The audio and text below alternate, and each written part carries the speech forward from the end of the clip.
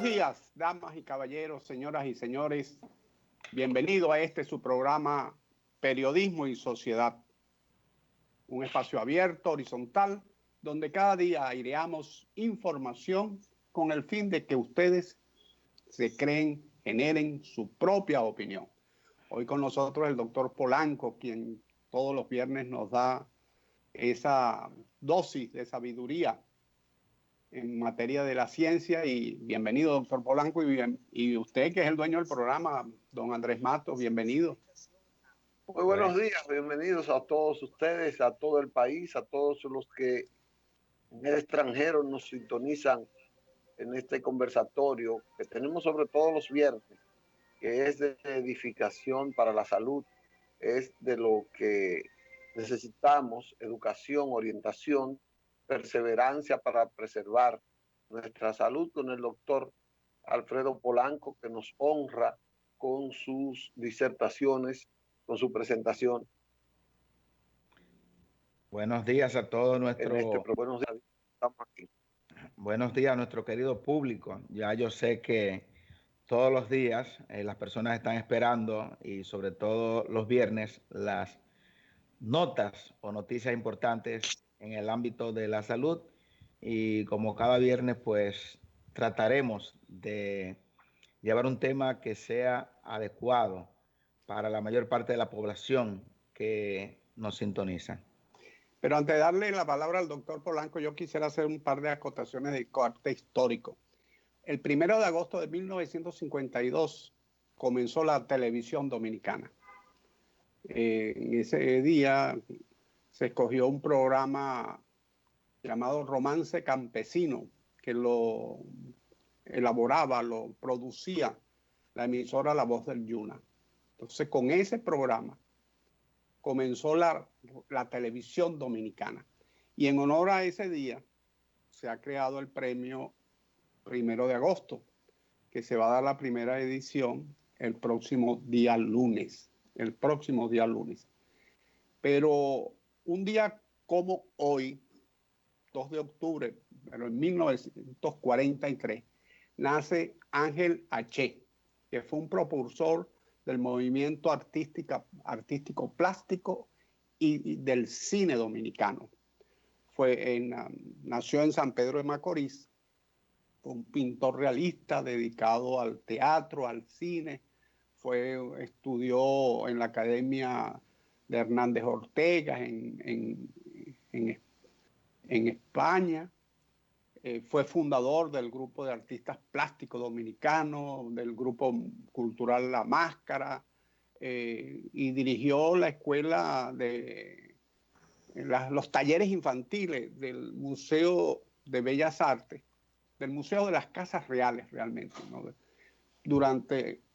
Hasta que él falleció. Es un hombre dedicado al arte, a la cultura.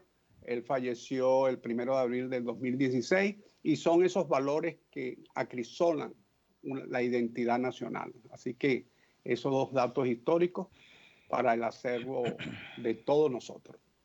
Bueno, tenemos que hablar de La Voz del Yuna y de Romance Campesino.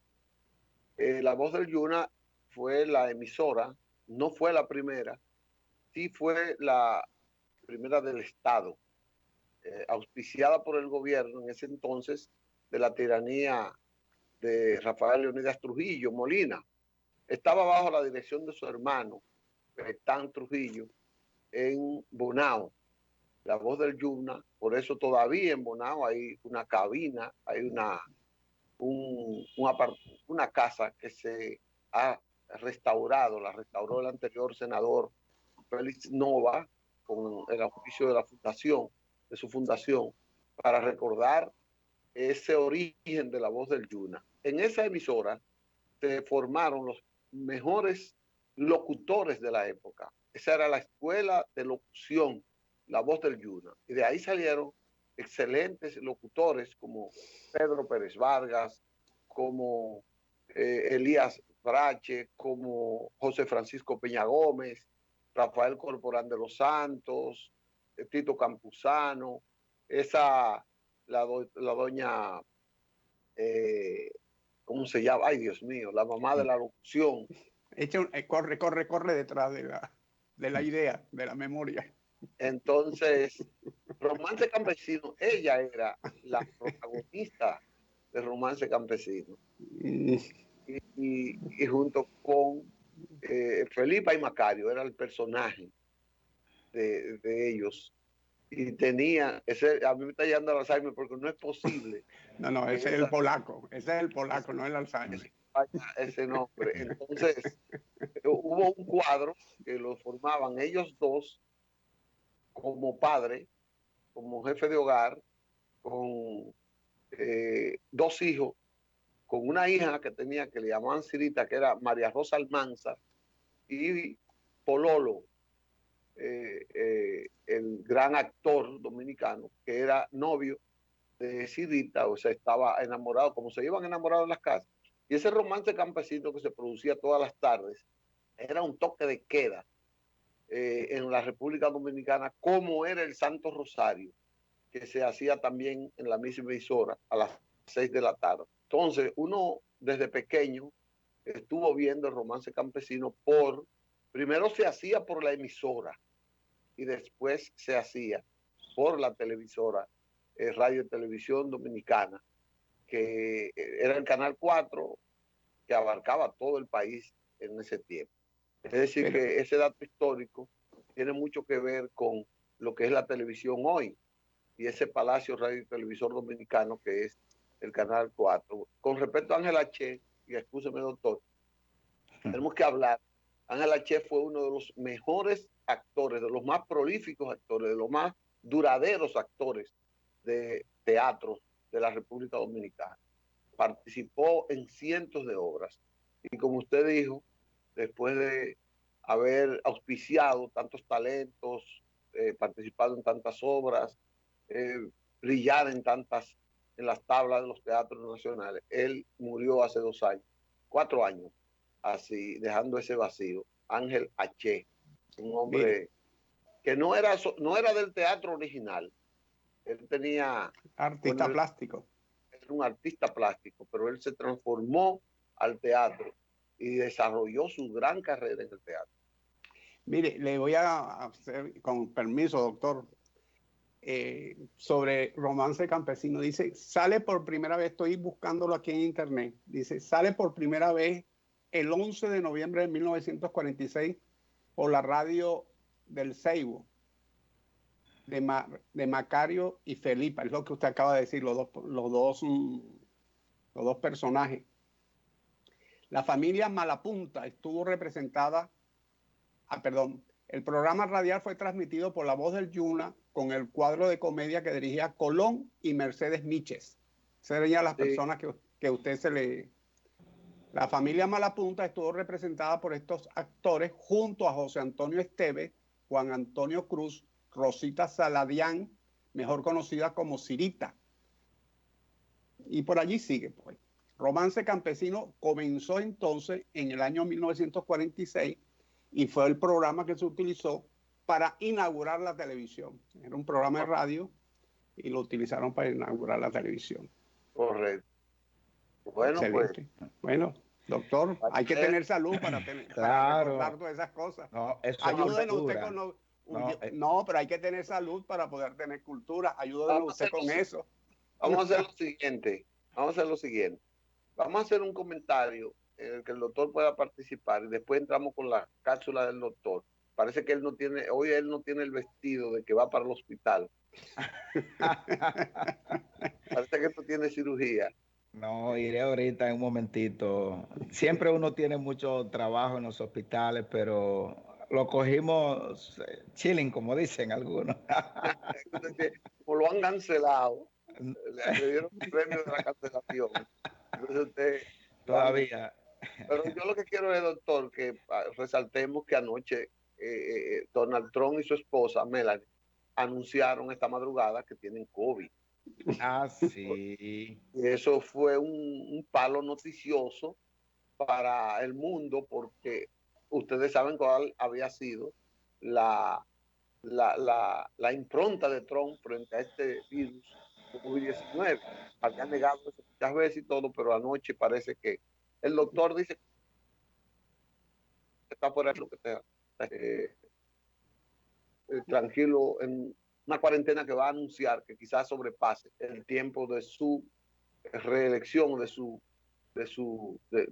las elecciones que se van a celebrar el día 3 de noviembre, creo yo, en Estados Unidos, y donde él va a tener un match importante con Joe Biden, el ex vicepresidente de los Estados Unidos, que parece que él no las tiene todas, y al salir de este COVID las tendrá menos, o dicen algunos que las tendrá más, porque con lo que le pasó en el debate de esta semana, donde él no salió mejor parado, dicen que aislarse de los medios y trabajar solo por su Twitter, a él le podría ir mejor que yendo a un debate televisivo.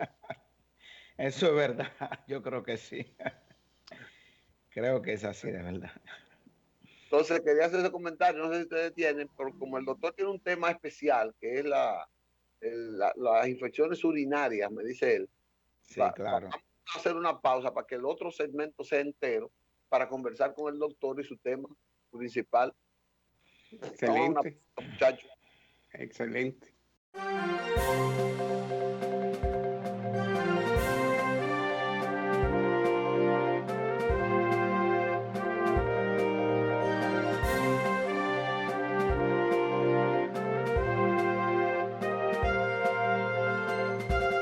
Y señores, hemos vuelto a nuestro programa Periodismo y Sociedad con el doctor Polanco.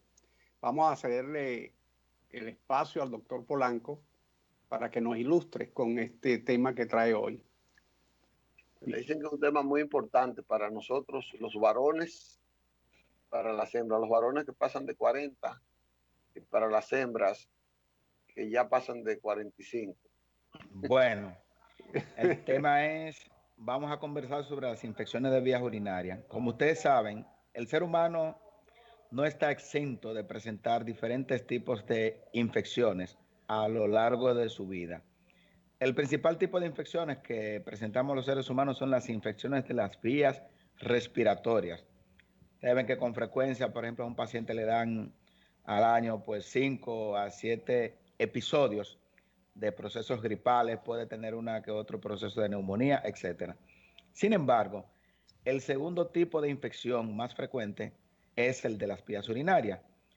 Cuando un paciente tiene una infección de vías urinarias, pues lógicamente cuando hay una infección de estos órganos, como son la vejiga, los riñones, la uretra o la próstata. Por eso usted va a encontrar a un paciente, sobre todo del sexo femenino, que van a decir, tengo una cistitis. Generalmente se refieren a que tienen una infección de la vejiga. Cuando el hombre se le inflama la próstata o se le infecta, pues una prostatitis. Cuando hay una infección del riñón ya, es lo que se llama la pielonefritis. O sea que podemos tener infecciones de las vías urinarias que ustedes ven que son bastante amplias, riñones, vejiga, próstata, uretra. O sea, cualquiera de esas partes se puede infectar. Epidemiológicamente, porque es importante hablar de las estadísticas, las mujeres van a presentar a lo largo de su vida más del 60% de las mujeres algún tipo de infección de vías urinarias. O sea que es mucho más frecuente en las mujeres que en los hombres. ¿Por qué es mucho más frecuente en las mujeres? Porque las mujeres tienen una uretra más corta. La uretra de la mujer, por ejemplo, mide entre 3 a 5 centímetros. Una uretra masculina mide, por ejemplo, 15 centímetros y es difícil de que una bacteria ascienda porque en el 99% de los casos de que un paciente tiene una infección de vías urinarias, pues es que la adquiere por la vía ascendente, o sea, por ese orificio que es por donde sale la orina, a través de ese orificio es que ascienden los virus, las bacterias, los hongos que podrían provocarnos una infección en las vías urinarias. Es importante saber que no todas las veces que tenemos infección de vías urinarias vamos a tener síntomas. Entonces, hay muchos pacientes que pueden tener infecciones de vías urinarias sin ninguna sintomatología, simplemente, y por eso nosotros insistimos que el paciente debe de hacerse chequeos periódicos, donde en ese chequeo de rutina, como se dice, que se debe de hacer el paciente que no sufre de nada, una vez al año, se le debe de realizar un examen de orina y ahí se detecta si el paciente tiene alguna infección de vía urinaria sin que tenga ninguna sintomatología. Las embarazadas, por ejemplo, con mucha frecuencia tienen procesos infecciosos de las vías urinarias con escasa sintomatología.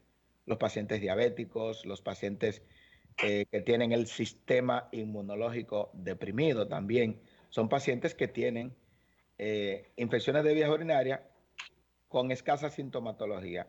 ¿Y qué ocurre? Un paciente puede tener una infección leve, por ejemplo, puede tener una cistitis, que es de lo más simple, y si eso no se trata a tiempo porque no se haya diagnosticado, pues eso puede conllevar a una pielonefritis, que ya es cuando hay una infección del parénquima renal. Y ahí en este caso es mucho más complicada. De ahí que cuando el paciente presenta síntomas que pueden indicarle que tiene infección de vía urinaria, como cuáles: ardor al orinar, esa picazón que le da, wow, qué caliente tengo el caño de la orina, tengo que orinar con mucha frecuencia, se me sale la orina casi cuando estoy llegando al baño, que muchas veces si el hombre piensa que es simplemente de una hiperplasia prostática benigna, pero pueden ser signos, pueden ser síntomas de que el paciente tenga una infección de vías urinarias. En otros casos, cuando ya está más afectado, por ejemplo, que hay afectación de los riñones, el paciente puede presentar fiebre intensa, fiebre alta con escalofríos, dolor abdominal, puede tener náuseas, puede tener vómitos, y ya ahí está claro que ese paciente posiblemente tenga una infección de vías urinarias. Como dijimos anteriormente, Usted, doctor, escúcheme, usted sí, hablaba de que a la mujer se contamina menos de sus vías más, urinarias. no, más fácil, más fácil. Ah, Sí, bueno. porque la mujer tiene una uretra, que es por donde sale la orina, más corta. Entonces, como la mujer tiene una uretra que mide de 3 a 5 centímetros, bastante corta, es mucho más fácil que una bacteria, que un virus, que un hongo ascienda hacia las vías urinarias, a diferencia del hombre. Por eso es que siempre que un hombre tenga una infección de vías urinarias, hay que ponerle un apellido. Siempre que al hombre se le infectan las vías urinarias, se le pone el apellido de infección de vías urinarias complicada. ¿Por qué? Porque este hombre, que, por ejemplo, imagínese usted un joven de 20, 25 años del sexo masculino, si tiene una infección de vías urinarias, hay que investigar algún trastorno de lo que es la anatomía de las vías urinarias. Entonces no se puede quedar así con solamente darle antibiótico. ¿Por qué? Porque no es frecuente que a un paciente de esa edad tenga una infección de vía urinaria. Ahora bien, después de los 45 o 50 años, como ya el paciente tiene hiperplasia prostática, o sea, tiene aumento del tamaño de la próstata, pues con mayor frecuencia puede tener infección de vías urinarias. En los Y niños, doctor, el medio ambiente donde hacen sus necesidades fisiológicas, tanto la mujer como el hombre, esa contaminación no es más proclive impactar en la mujer que en el hombre. sí, claro, los factores ambientales son bastante importantes porque recuérdese que el hombre pues hace pues orina hasta detrás de un palo de luz, como decimos, de un palo de fósforo, y no entra en contacto con nada. Ahora la mujer, usted ve que siempre las mujeres por no ir a un baño complican la situación, porque mire lo que pasa. Yo tengo estudiantes que le estoy dando clase, por ejemplo, a las 6 de la tarde, en época de cuando no hay pandemia, por ejemplo, ahora no, que llegan a la universidad antes de las 7 de la mañana y todavía a las 4 o 5 de la tarde no han orinado. Eso es un factor de riesgo bastante importante para la patogénesis de una infección de vía urinaria. Porque nuestra orina, a diferencia de lo que se pensaba antes, que la orina era completamente estéril, que no tenía gérmenes, la orina del ser humano ni de ningún ser vivo, la orina no es estéril, la orina tiene gérmenes, la orina tiene bacterias. Entonces, estas bacterias nosotros debemos de ir eliminándole paulatinamente mediante la orina. Mientras más tiempo dura usted aguantando la orina, esas bacterias que nosotros tenemos en nuestro cuerpo, en nuestra vejiga, se van multiplicando y aumentan, al aumentar la cantidad, ya se convierten en infecciosas. Y cualquier bacteria que haya ascendido, por ejemplo, una bacteria, la que con mayor frecuencia provoca infección de vía urinaria, se llama E. coli, Escherichia coli. Esa bacteria asciende por la uretra y fácilmente, si usted orina, usted elimina esa bacteria y no llega a provocarle infecciones. Por eso, antes de la pregunta del Licho, cuando usted tiene relaciones sexuales, usted termina, lo primero que le da es un deseo de orinar. Eso es fisiológico. ¿Por qué ocurre esto? Porque es un mecanismo de defensa de que si en ese acto sexual usted adquirió algún germen, virus, bacteria, hongo, etcétera, parásito, pues cuando usted orina, usted está eliminando ese germen. Pero muchas personas pues contienen la orina, no, es un mecanismo de defensa.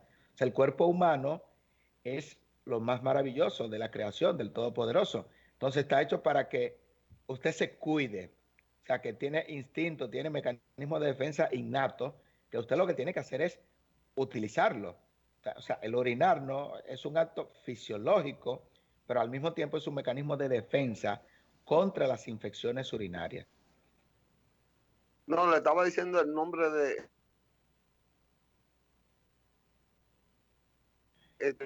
Chocoli. Parece que se está frizando un poquitito. Escherichia coli es la bacteria que con mayor frecuencia produce infección de vía urinaria, pero tenemos Proteus, tenemos Klebsiella, tenemos infecciones por un hongo que se llama Candida albicans, sobre todo los pacientes que con mucha frecuencia tienen sonda vesical. Por ejemplo, nosotros cuando vamos a los diferentes centros de salud en los que nos toca trabajar y vamos a ver a los pacientes que están ingresados, lo primero que vemos es si tiene o no una sonda vesical. Cada vez que un paciente tiene una sonda, aumentan las posibilidades de que tenga una infección de vías urinarias. Por eso, cuando un paciente ingresa a un centro de salud, unidad de cuidado intensivo, a un área crítica, se le coloca una sonda vesical, pues debe de ver lo más rápido posible que se le pueda retirar esa sonda.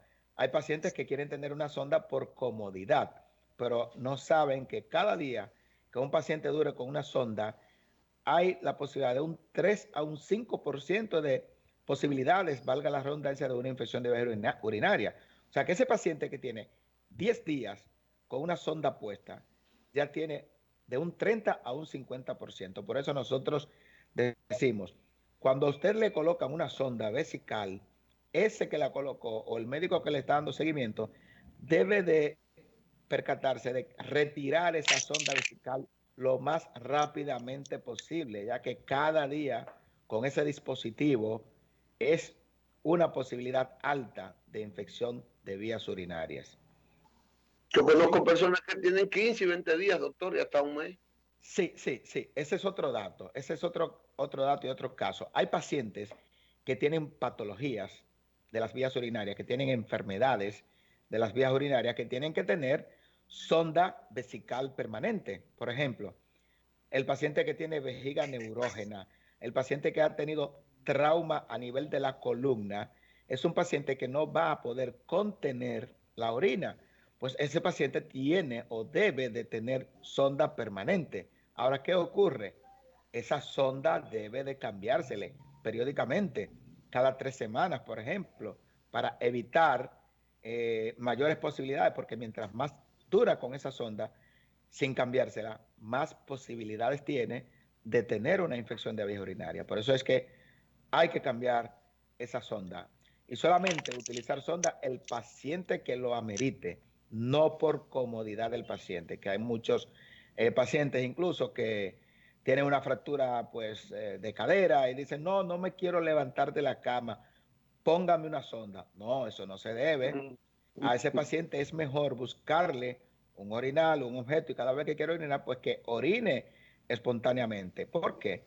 Porque esa sonda lo que le va es a transmitir gérmenes, bacterias, infecciones por cándida, por hongo, que en muchas ocasiones son sumamente difíciles de erradicar.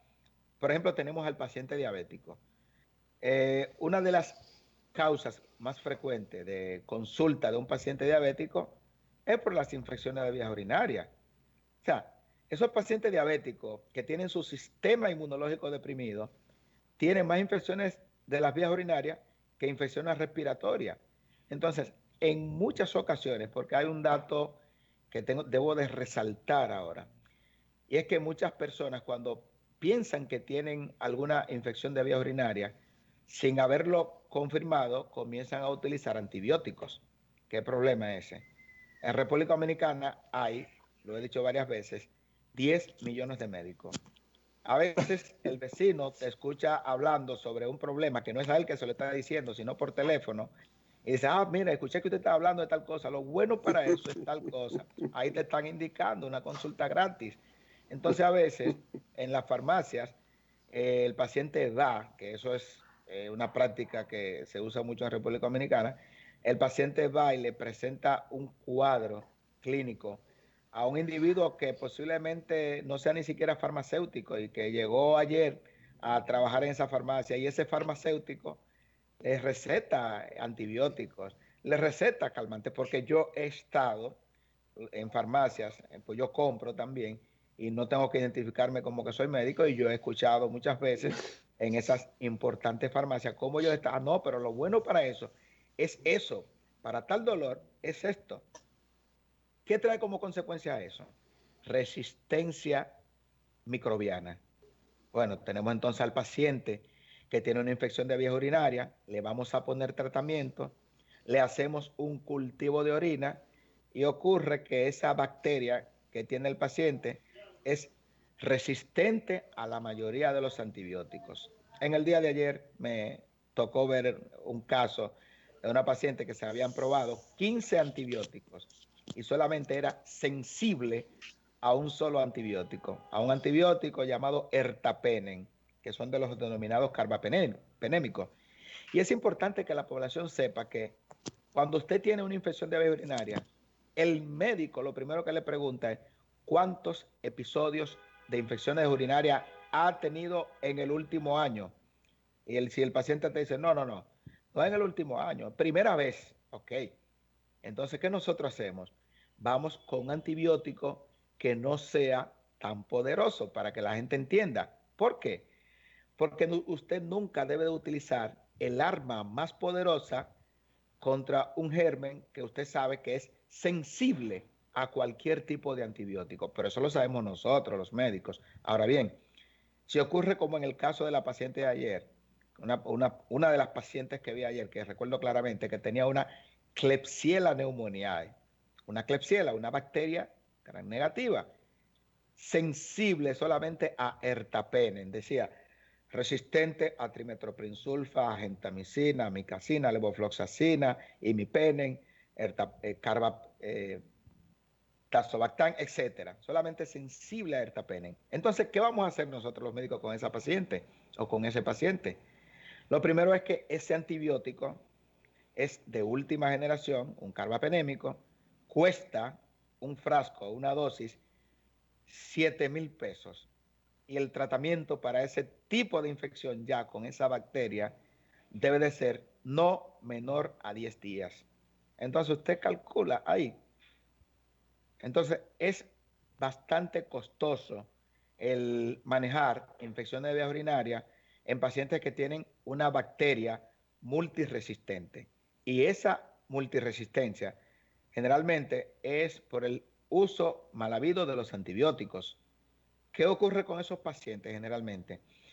Que tienen un síntoma urinario van a una farmacia, compran 5 ampicilina, 5 amoxicilina o 5 trimetoprim-sulfa, se la beben por 2 días mientras tienen los síntomas y creen que han erradicado a esa bacteria. Es todo lo contrario. Están robusteciendo a esa bacteria porque esa bacteria está probando esos antibióticos y ya esos antibióticos forman parte de la bacteria. O sea que cuando usted quiera erradicarla con esos antibióticos no va a poder porque dice resistente a esto, a todo. Entonces eso es lo que nosotros tenemos que llamar la atención, que el uso indiscriminado de los antibióticos ha traído como consecuencia que en nuestro país sea bastante difícil erradicar una simple infección de vías urinarias. Por ejemplo, yo tengo pacientes que me dicen que le duele mucho la cabeza y que han usado tal antibiótico para un dolor de cabeza. Es absurdo, nosotros lo vemos muy absurdo, pero la población general muchas veces no, porque la gente no sabe diferenciar qué es un analgésico de un antibiótico. Un analgésico o calmantes para cuando me duele. Un antibiótico antivida es para erradicar algún germen, una bacteria, que es lo importante de usted diferenciar un calmante analgésico de un antibiótico. Eso lo usa mucha la gente, la autorreceta, doctor, que para cualquier cosa, infección, va y compra un antibiótico sin saber el espectro, sin saber los componentes químicos, sin saber a qué bacteria que va a atacar y todas esas cosas. Eso es grave también. Sí, precisamente, ¿qué trae como consecuencia el uso de antibióticos de forma indiscriminada? Que nosotros tenemos lo que se llama la flora normal. La flora son todas esas bacterias beneficiosas que nosotros tenemos en nuestro sistema digestivo, en nuestras vías urinarias. O sea, nosotros tenemos gérmenes, somos un ser vivo, pero estamos llenos de gérmenes. Muchos de esos gérmenes son beneficiosos para nuestra salud. Ahora, ¿qué ocurre? Que cuando usted usando antibióticos, usted va a barrer, va a matar lo que se llama la flora normal de nuestro cuerpo. Y entonces, ¿qué va a ocurrir? Que van a progresar las floras anormales. Por eso es que con mucha frecuencia esos pacientes que usan antibióticos de forma indiscriminada, entonces tienen infecciones por hongos, Candida albicans. Entonces los hongos no se van a erradicar con esos antibióticos, porque esos antibióticos son para el uso de bacterias, no para el uso de hongos. Cuando un paciente tiene una infección de vías urinarias o de vías respiratorias provocada por hongos, óigame, es un paciente que tiene que durar mucho tiempo con ese tratamiento y muchos pacientes fallecen por ese tipo de infecciones, una micosis. Porque ¿qué ocurre? Que esa infección se puede generalizar. Entonces ahí viene lo que nosotros llamamos una sepsis. Una sepsis es una infección generalizada. Entonces puede traer como consecuencias funestas. Por eso Ya de impredecibles consecuencias y más difícil de tratar. Claro, por eso es que nosotros decimos, vaya a su médico y no vamos a cansarnos de repetir que hay muchísimas personas que tienen su seguro médico, pues que tienen 10 años que no van al médico.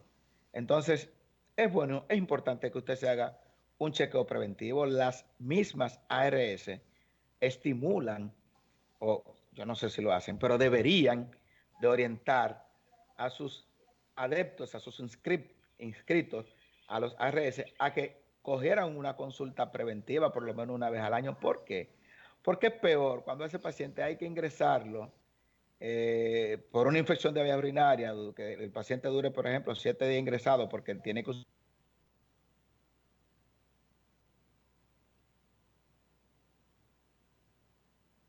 en ese internamiento por ese paciente, primero. Y segundo, ese paciente va a tener una ausencia laboral por una semana y entonces le van a dar una licencia por, qué sé yo, por una semana más.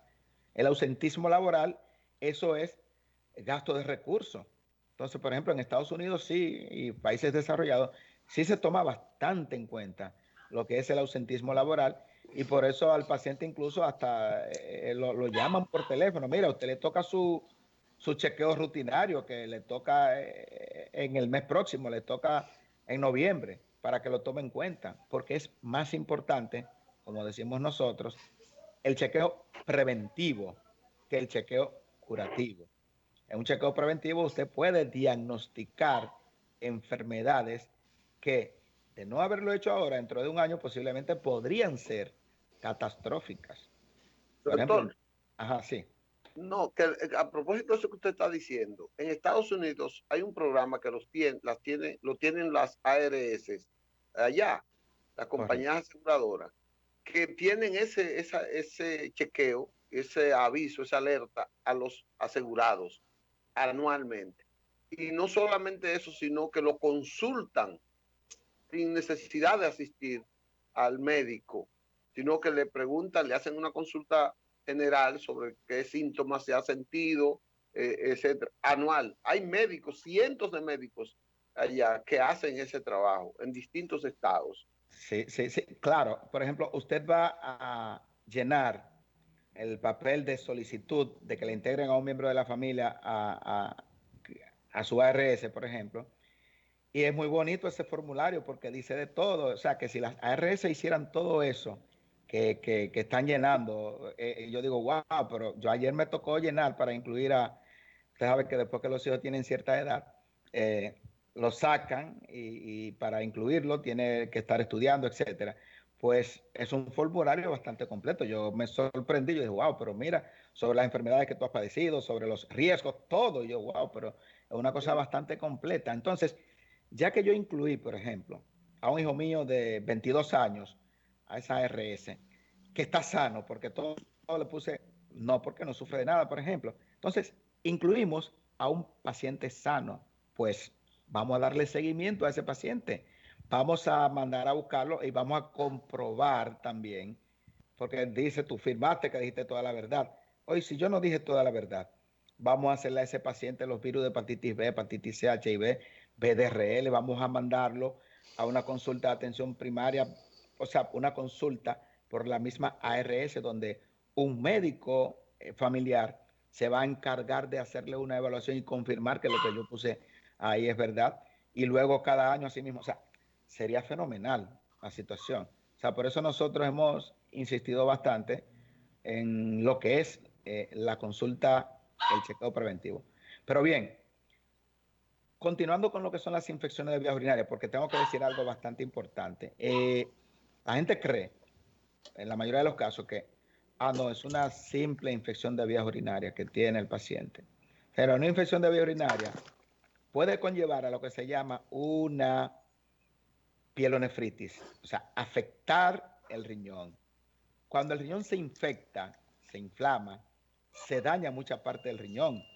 Pero ¿qué ocurre? Que también hay infecciones urinarias que dan lugar a cálculos renales, a piedra en los riñones. Hay unos cálculos que nosotros hablamos la semana pasada, en 2 semanas, que son los cálculos de estrubita o cálculos infecciosos, que son secundarios básicamente a infecciones de vías urinarias a repetición. Cuando usted le hace una sonografía, tiene un cálculo en un riñón. Entonces, muchos pacientes secundarios a infección de vía urinaria pueden llegar a tener una insuficiencia renal crónica y requerir terapia de diálisis. Y en el caso de las embarazadas con infecciones de vía urinaria, también pueden tener abortos, pueden tener bajo peso al nacer, y por eso es que los ginecólogos son tan meticulosos y muy bien con las embarazadas, que lo primero que le hacen es un examen de orina y le hacen ahí mismo su urocultivo y se lo hacen periódicamente porque ellos saben el riesgo de una embarazada con una infección de vía urinaria. O sea que no es una situación tan simple como aparenta. Y sobre todo en estos pacientes inmunodeprimidos, pacientes diabéticos, pacientes hipertensos, pacientes VIH, pacientes trasplantados de riñón, trasplantados de hígado, etcétera. O sea que todos estos pacientes pueden degenerar en males peores, como nosotros decimos. Bueno, lo que observo es que la prevención es lo fundamental. Lo que siempre venimos diciendo y que es como un ritornelo, pero que hay que continuar diciendo lo que es la prevención, ir al médico de familia, ir a la consulta anual y que el Estado debería, los gobiernos deberían hacer un esfuerzo en ese sentido, porque definitivamente le ahorrarían mucho presupuesto en materia de salud si logra niveles de conciencia en la población, que en la mayoría de la población, de que asuma esa conducta como algo recurrente, normal, como algo habitual. Sí, precisamente vamos a hablar un poquitito brevemente sobre el manejo de las infecciones de vías urinarias a nivel domiciliario. Miren, ocurre que muchos pacientes tienen infecciones de vía urinaria multiresistentes. Entonces, muchas veces el paciente no tiene ninguna sintomatología o tiene escasa sintomatología. Ahora, ¿qué ocurre? Que esos pacientes, ¿cómo se le administra un antibiótico de amplio espectro, que tiene que ser por la vía endovenosa o por la vía intramuscular? Entonces, lamentablemente, hay ocasiones en que ha habido que ingresar a un paciente por 10 días simplemente para pasarle un antibiótico. Hemos hablado, conversado con algunas ARS, porque lo ideal es que ese paciente que tiene una infección de que solamente es para administrar un antibiótico, que se le vaya a administrar en la casa. Hay pacientes que dicen, mira, lo que pasa es que el yo ingresarme, yo tengo riesgo de contraer males peores, por ejemplo, un COVID-19, porque muchos pacientes sin necesidad, en ese sentido, tienen que ser ingresados, porque, la RCT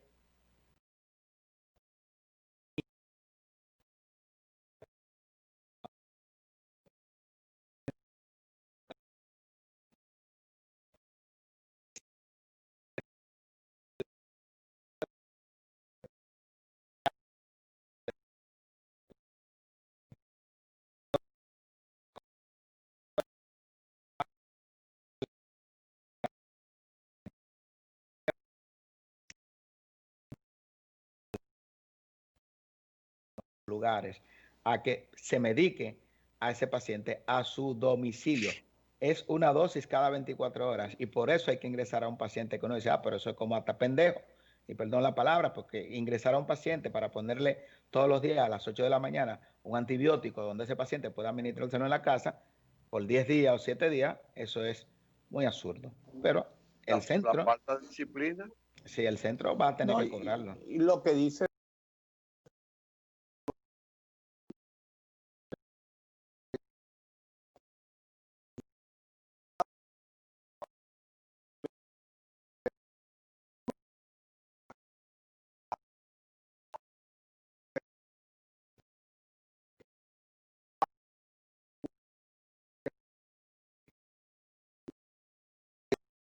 no deja de ser un gasto para el Estado. Porque aunque usted coloque a una persona en una clínica privada, hay un porcentaje que lo tiene que pagar el Estado de una u otra forma. Sí. Por alguna vía. Siempre esas clínicas tienen una incidencia en el presupuesto nacional. Así que cualquier ordenanza que logre regularizar esa situación es algo positivo. Yo creo que sería un gran aporte que el colegio médico, o no sé, o la sociedad médica que ustedes pertenezcan, hagan una propuesta. Y ahora que dicen que diputado nuevo suena más que carro viejo. Eso es verdad. Entonces, como hay tantos diputados nuevos, entonces hacer una propuesta porque quizás la llevan adelante en ese sentido. Digo, una propuesta a los diputados o quizás a la misma Ministerio de Salud, porque por la vía de ordenanza pienso yo que podría ser, no sé, no quiero profundizar en esta materia de la cual no soy conocedor. Yo creo que todo eso está involucrado, está contemplado en la Ley de Seguridad Social. Sí, sí, claro. O sea, esta ley tiene pocos huecos, tiene muchas formas metodológicas que hay que modificar, pero esa ley tiene pocos huecos de servicios hacia la población, servicios de salud a la población. Lo que pasa es que esa ley tiene 20 años de atraso. Esa ley no la quieren aplicar y tiene un negocio y tiene una retranca en los que tienen el negocio de la salud que impiden. Por ejemplo, ¿por qué una ley de seguridad social en otro país tiene el cubierto los medicamentos, por ejemplo. Por ejemplo, en España, usted para hacerse cualquier intervención catastrófica que usted tenga que hacer, usted no tiene que pagar un centavo. Los medicamentos van cónsono con lo que tiene su plan y se lo apoyan, se lo dan. Y es el mismo plan casi que hay aquí. El plan de España no es tan superior al nuestro, igual que el de Chile. Pero es que no, aquí hay una retranca, hay una gerencia, hay una estructura que equilibra el negocio con el servicio. Claro. Y entonces no tenemos esa eficiencia de la ley. Exacto. Por ejemplo, usted puede darse cuenta algo tan sencillo. Por ejemplo, una cirugía bariátrica. La cirugía metabólica, que por ejemplo un paciente obeso tiene 250 libras, se quiere hacer la cirugía bariátrica, el seguro no le cubre absolutamente nada, pero ese paciente en 2 o 3 años ya el seguro se ha economizado en internamiento y en cosas lo que vaya a pagar por esa bariátrica. Y esa bariátrica va a ser efectiva por 10 años, 15 años y quién sabe, más de por vida. Es de salud. Más de es que es de salud. Es que usted ha visto pacientes que tienen hipertensión arterial, que son prediabéticos o diabéticos, e inmediatamente se les realiza la cirugía metabólica, que ese es el nombre que tiene, que en España, en Europa, en Estados Unidos, donde quiera se la cubre.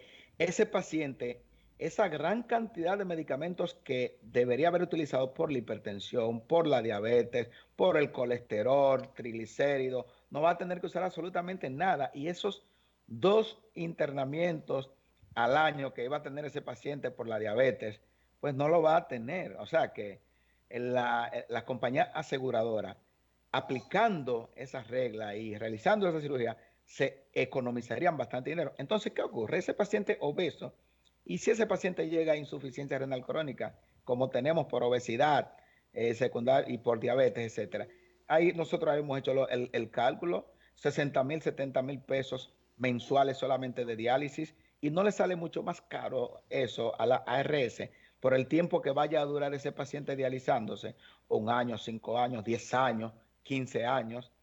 Entonces, pero a veces los gerentes, no sé de verdad por qué no lo piensan, o será, digo yo, que a veces que apuestan. Ellos lo piensan, doctor, lo que pasa es el inmediatismo financiero. Pero entonces ellos apuestan a que el paciente dure menos. No, nosotros estamos trabajando para que el paciente renal, para que el paciente diabético dure lo más posible. Seguro, o sea, doctor, nosotros no estamos... Nos quedan pocos minutos. Nos queda un minuto, sí, doctor. No estamos apostando a la muerte. Bueno, en ese minuto quiero decir que felicitamos al Ministerio de Salud Pública debido a que se está haciendo el registro nacional de diálisis. O sea, qué bien. Vamos a saber cuántos pacientes en realidad tenemos en diálisis, pero debe dársele seguimiento a eso. Paciente que falleció, paciente que se saca del sistema, paciente que llegó nuevo, llegó hoy, paciente que hay que incluir en el sistema para tener unas estadísticas reales. Sí, vamos a hacer un programa de eso, doctor, de las estadísticas de esa enfermedad, pero que pudieran extenderse a otras, de cómo lograr la realización de ese inventario, pero mantenerlo en redes en todo el país, que cada hospital pueda entrar y decir, en mi dispensario médico murió fulano de tal con esos síntomas. Ok, sí, perfecto, excelente. Bueno, vamos a hacer eso en un próximo programa porque ya nos avisan de que debemos ir despidiéndonos. Ha sido un excelente programa como siempre. Con el doctor necesitamos 2 horas, no una. Yo pensaba que era media hora hoy. Bueno, tomamos ya casi todo el tiempo. Usted como te entusiasma mucho. Así es. Sí. Bueno, gracias, doctor. Nos vemos el próximo viernes. Hasta la próxima. Y de verdad que lo felicito por tan amplio dominio sobre ese lenguaje llano de decirle a las cosas a la gente. La gente lo capta mejor así. Ese es el objetivo, que la gente entienda lo que se está hablando. Bien. Bueno, muchas gracias. Hasta el viernes, doctor. Que Dios le bendiga. Amén. Y igual. a usted también, ¿no? Muchas felicidades a todos. Amén.